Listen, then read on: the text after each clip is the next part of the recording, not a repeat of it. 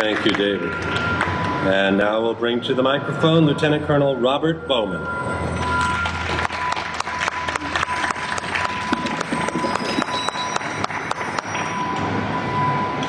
Thank you. As a pilot, I concur with Colonel Gapp's analysis of the gross improbabilities in the official conspiracy theory. And as an old interceptor pilot, I share his puzzlement over the lack of interceptors that fateful morning. As a career military officer, I'd like to concentrate on the enormous harm the official 9/11 conspiracy theory has done to our military establishment and to the people in it. Using 9/11 as the excuse, the multinational corporations and bankers have used our brave young troops as cannon fodder in their corporate wars of aggression. They have systematically taken away our constitutional rights, including those of our military personnel. The entire war on terror is phony. And it would be even if you believed the ludicrous official conspiracy theory about 9/11. Both wars were planned before 9/11. The war of aggression against Afghanistan was in retaliation for the Taliban refusing UNICAL rights to build a gas pipeline across Afghanistan to get trillions of dollars worth of gas from the Caspian Sea to their tankers in the ocean.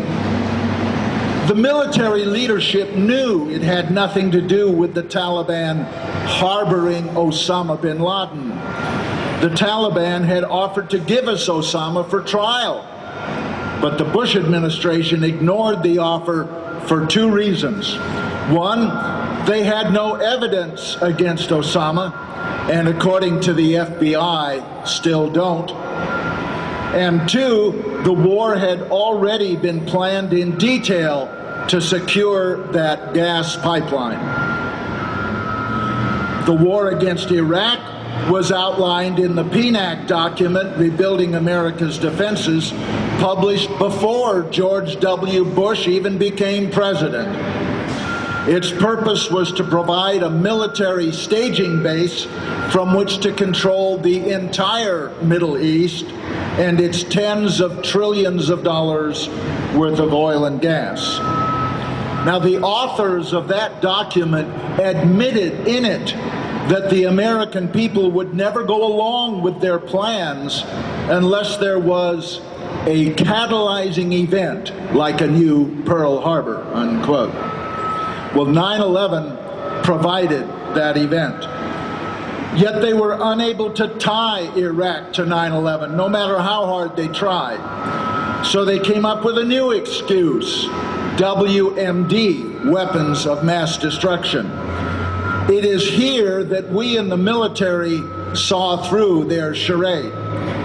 They had us mass 150,000 troops in one small area in Kuwait, awaiting the start of shock and awe. If our military commanders had even the slightest thought that Saddam Hussein might have had even one WMD, they never would have deployed their troops so that they could be wiped out in a single attack with one WMD.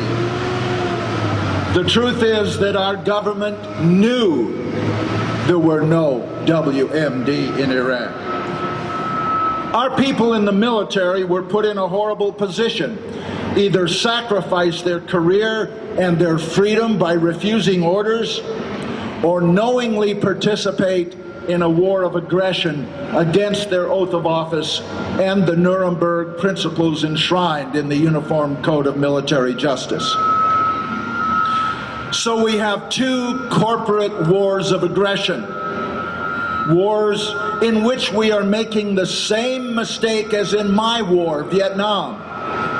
We are fighting the people who live there. What has been the result? About 5,500 of our finest have died. The lives of 40,000 of our injured soldiers will never be the same. Tens of thousands of our young men and women have severe psychological problems because of what they have seen and what they have done. Hundreds of thousands have been poisoned by depleted uranium and will suffer lives of pain and disability and will father thousands of children with severe birth defects. Our military services are depleted and demoralized. The VA system is underfunded and overwhelmed.